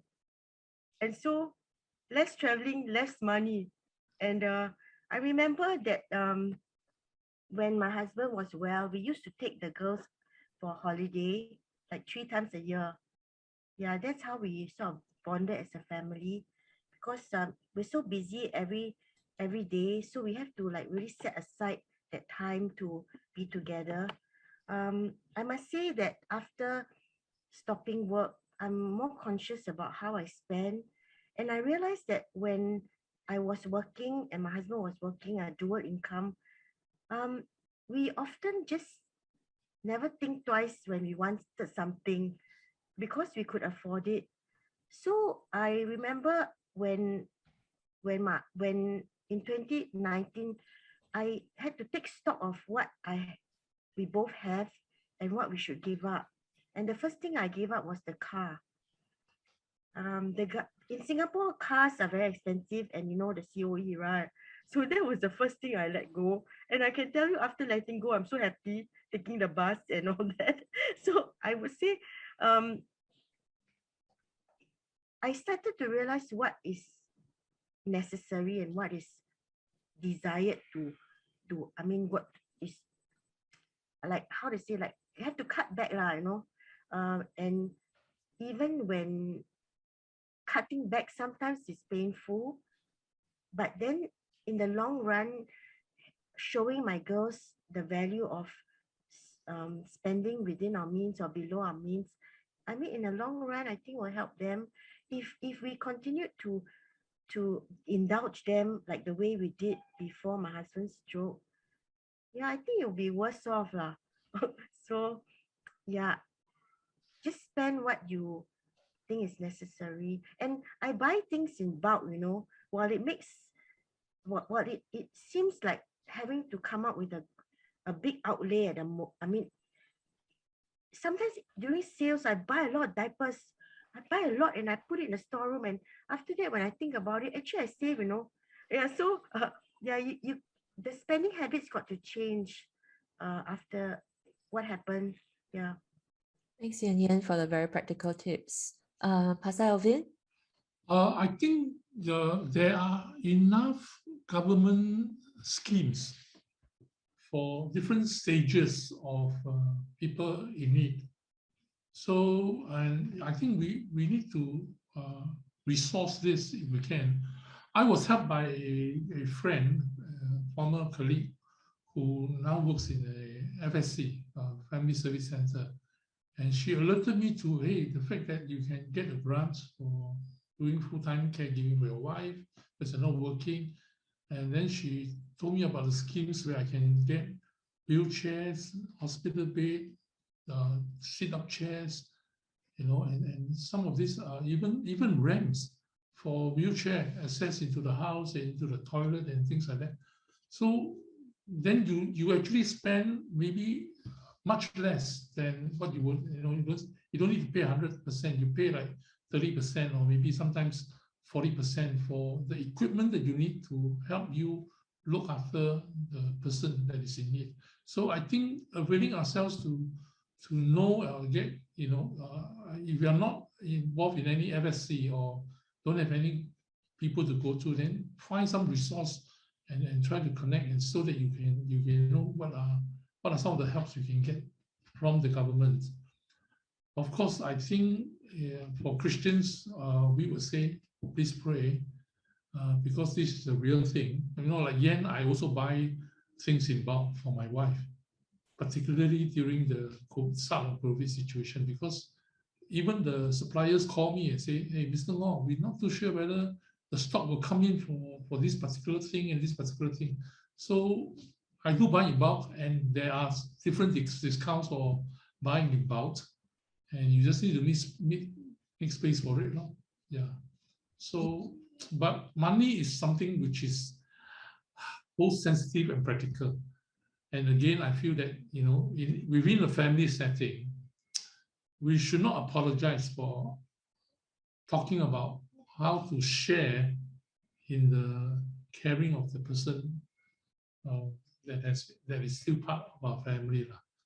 And please talk about it, don't run away from it.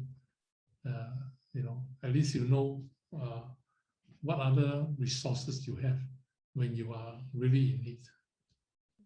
Thank you, Pastor. I think we have time for one last question, and the question relates to the trial of caregiving. It says, the trial of caregiving often makes us worse people. Even if we pray and ask God for help, we get angrier, we lose control of our speech and actions, and become less tolerant of other people and short fuse. Should we be worried about this, and what can we do about it? Yen, why is Yen-Yen and Pastor Elvin laughing and smiling? So perhaps you have some wisdom to share with us. Yen-Yen, would you like to share with us first? Again, we are really human. Yeah. And yeah, I do lose my cool, and I do I do let go sometimes. Yeah, I do get angry, and I do like scold the girls, and yeah, sometimes I also feel that I was a bit overboard because it just happened all at the same time, you know. So, and I got this very bad habit is that when I start scolding, I go on and on and on. I cannot stop. So what happened is that there are days where after I let go, and then the girls know that, okay, don't go near mama for now.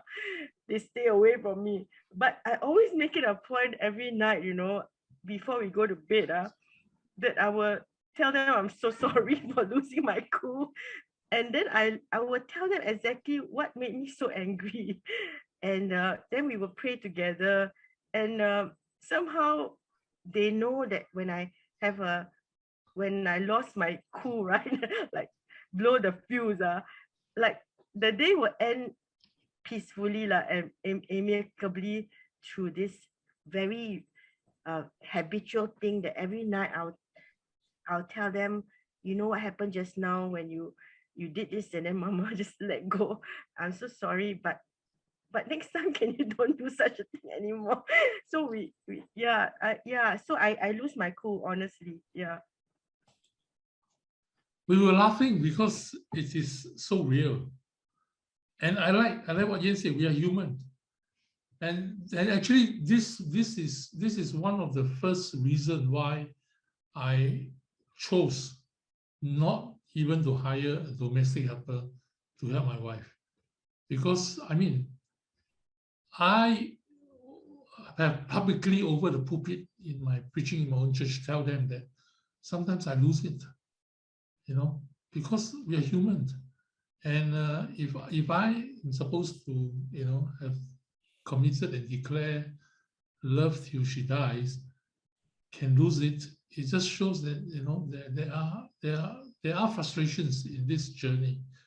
But I like what Yen did. I think this is what we need to do, both for ourselves and for our family members. We need in counseling, what we call a debriefing period. We need to debrief. We need to reflect. We need to think through. We need to talk about what causes us to be frustrated, you know, why we lose our temper. I know that there are not more than 3 times that I have lost my temper with my wife in the midst of caring for her. I mean, it's like if she shit 3 times in a day, and if you finish cleaning her and then you put her on the bed and she did it again, even the nurse will get upset, you know, don't talk about me. So I think that we must accept the reality. And the reality is that they don't know what they're doing. They cannot control what they're doing. That's why we need to care for them. But because we are human, we might not be up to it all the time. So we need to take our breaks. We need to get our own, you know, sense of sanity back through whatever we think we can do through exercise and whatever that can help us not only just distract, but help us provide some other sense of you know, focus in this journey. So it is real, and please don't beat yourself up for this. You know, accept it, acknowledge it, deal with it, and then move on. You know, and I think that as a result of this, we will grow. You know, I don't know whether my sister is still online, but you know, she was one of those. My other sister was one of those who went around testifying to people whenever they heard about what her brother is doing now. You know, quitting full time and looking after the wife full time. She says, my brother is a very hot-tempered person, quick-tempered, not hot-tempered, quick-tempered, because I'm a perfectionist. I'm a go-getter, I'm very efficient, very administrative. So you see, he cannot handle, you know, things not working out the way he does. But he said, but when it comes to his wife, she has noticed the change, that I'm now a very patient person. And I think, you know, it's a journey for me too, you know, to grow as a person. Because of what my wife went through now, I am growing to be more and more patient and more relaxed and more, hey, don't worry, you know, let's deal with today first, don't worry about tomorrow, things like that. So I think it's okay to acknowledge that you sometimes fail, but move on. Because tomorrow is a new day, you know, and then if you really need strength, please ask for strength. From God, from people as well, you know, please ask for help, because I think there will be there are enough resources to keep us sane, and strong. Thank you, Pastor Elvin, for the good encouragement. And thank you, panelists. It's 10:50. We really want to, let our panelists go back to their family, and you too need to go back to your family. So thank you so much for making time. I have now allowed you to unmute. So if you want to say thank you directly to the panelists, feel free to unmute, say your thank you, share your learning point in the chat. And then I thank you very much for coming tonight, and stay safe, everybody, and good night.